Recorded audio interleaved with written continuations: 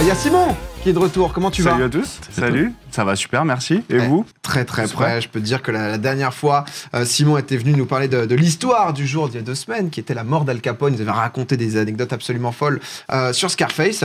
Monsieur, de quoi vas-tu nous parler aujourd'hui? Eh ben, faut que je vous raconte. Aujourd'hui, un jour à part dans l'histoire, puisqu'il y a 62 ans jour pour jour, le 16 février 1959, Fidel Castro prend le pouvoir à Cuba. Je me suis dit que c'était donc l'occasion de revenir sur l'histoire d'un des révolutionnaires les plus connus du XXe siècle. Et pour en parler, je me suis dit que j'allais pas revenir sur ses relations avec le Che Guevara ou encore ses rapports avec le communisme, mais plutôt de vous raconter des anecdotes un peu plus croustillantes sur sa gouvernance. Alors pour commencer, je pense que je vous apprends rien si je vous dis que les États-Unis et Fidel Castro, c'était pas les meilleurs amis du monde. Forcément. Mais alors, selon vous, combien de fois la CIA a tenté de l'assassiner, Fidel Castro? Beaucoup. Encore en combien de temps? Pendant 47 ans de règne. Ah ouais. 117 fois. 117. Ah, peut-être plus. Moi, un Non, bon c'est 500 chaud fois. d'éviter autant d'assassinats. C'est peut-être Presque, dans on ce est coin-là. dans ces eaux-là, on est à 638 fois, Wow. sans jamais y arriver. Ah, c'est 638 fois solide. sans succès. Coriace. Et pourtant, ils ont tout tenté. Des méthodes les plus sophistiquées aux plus évidentes étant de le fusiller. Ok. Bon, au bout d'un moment, ils se sont dit qu'ils risquaient de se faire cramer. Du coup, ils ont pensé à des méthodes du coup plus sophistiquées et dignes d'un James Bond. Un petit empoisonnement. Stylo empoisonné, cigare empoisonné, et une que je trouve assez dingue. En fait, ils savaient que Fidel Castro était fan de plongée. Du coup, ils se sont dit, pourquoi pas mettre des explosifs dans les coquillages? Quoi? C'est préparé. C'est assez ouf. Vider les bouteilles. Il faut venir la veille, il faut venir préparer tout Tu vois, le... regarde. ouais. Ah ouais. Exactement. Tu mets du C4 Dans des petits coquillages. Dites Clément dans les massifs coralliens. Ça La dépose. faune, la flore, on prend les culs. Ah, c'est pas l'objectif là. Heureusement pour la faune et la flore, les coquillages étaient trop petits pour recevoir des explosifs. En même temps, c'est pas fait pour ça. Donc du coup, encore une tentative échouée. Au bout d'un moment, les États-Unis se disent « Ok, on n'arrive pas à l'assassiner, c'est galère. Peut-être qu'on peut le ridiculiser devant sa population. Ça peut être aussi une astuce. » Et pour ça, ils vont adopter aussi des méthodes tout aussi dingues. Une assez ouf, qui est de, en gros, lui raser la barbe. En fait, il a une barbe emblématique que lui-même voit comme quelque chose de divin.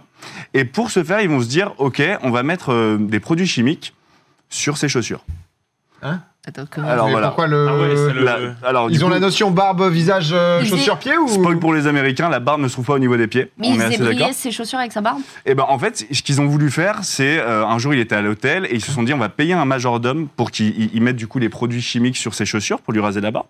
Et en fait, ils s'attendaient à ce que Fidel Castro un jour se cire les bottes. Et donc du coup, je sais pas comment, mais Trempinal, ouais voilà, trempe la barbe. Et finalement, ça n'a pas marché, on s'en doute. C'est quoi? Ah mais oui, Donc, si, c'est un si tu touches échec. les chaussures et qu'après tu te touches le visage, en fait, c'est vrai que... Ah, tu détruis tout. Ouais, Attends, c'est mais ça. ils ont un budget limité, genre. Non, là, c'était une année un peu chaude. hein. Franchement, Peut-être c'était galère, là, tu vois. c'était, Je suis d'accord que c'était pas terrible. Ah là, Et- c'était ric-rac, c'était ric-rac. Tu mets des petits capteurs sous le sable des coraux et puis. Ça... Ah non, non, bah... Quand même, il y a pas besoin Après, de ils ont dû mettre tout dans les tenter, hein. S'il y a eu 600 et quelques... Ouais, ils ont Demandez-moi, vraiment parce tout que tenté. c'est pas normal. Hein.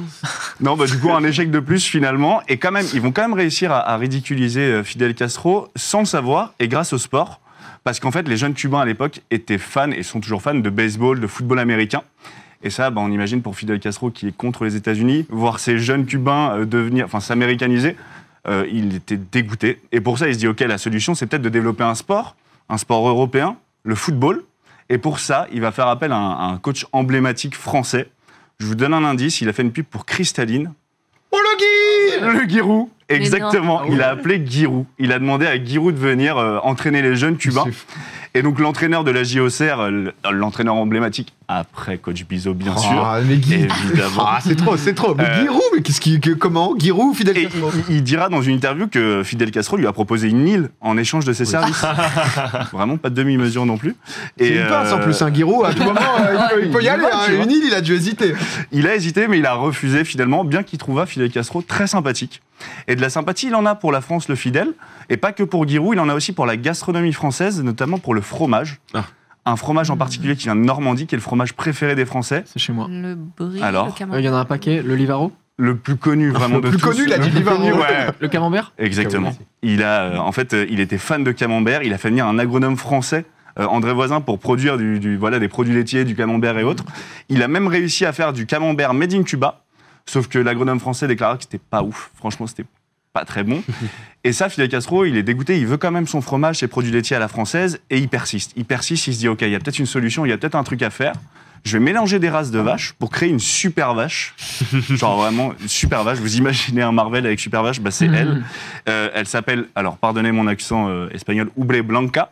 C'est une vache qui va produire 4 fois plus de lait qu'une vache normale. Sauf que comme on peut s'y attendre, au bout d'un moment, cette vache ne va pas réussir à s'acclimater au climat cubain. Et elle décéda quelques années plus tard. Et Fidel Castro, il a adoré cette vache. C'était vraiment, il l'idolâtrait. Et du coup, il a décidé qu'on en voue un culte dans son pays. Il y avait des timbres, des poèmes, des chansons pour elle, des statues. Il l'empailla aussi. Genre à l'école, ils apprenaient la chanson. Genre vraiment, et il y a encore des statues qui existent aujourd'hui dans certaines villes ou autres. C'est un emblème, quoi. Et Fidel Castro, il était tellement fier de cette réussite qu'il se dit... quelques années plus tard, dans les années 2000, bah tiens, on va retenter un coup. On va retenter de refaire des super vaches. Allez, on retente. Et là, en vrai, ces scientifiques, ils lui ont dit non, mais arrête, tu déconnes, on bosse, nous. Enfin, tu vois, Frérot, viens, on arrête un peu. t'aimes le camembert, on va en trouver, mais du calme, s'il te plaît, on du calme. l'importe, on fait un truc, ouais. mais c'est galère, quoi. Bref, vous l'aurez compris, en 47 ans de règne, Fidel Castro a vécu sa meilleure vie. Et ça, en dépit de sa population qui, encore aujourd'hui, en subit les conséquences d'un des règnes les plus longs du XXe siècle. Merci à vous. Oh là là, merci incroyable. beaucoup. Simon, c'était l'histoire de jour de Fidel. Ah, tel un héros masqué, d'accord. Boum, boum, boum.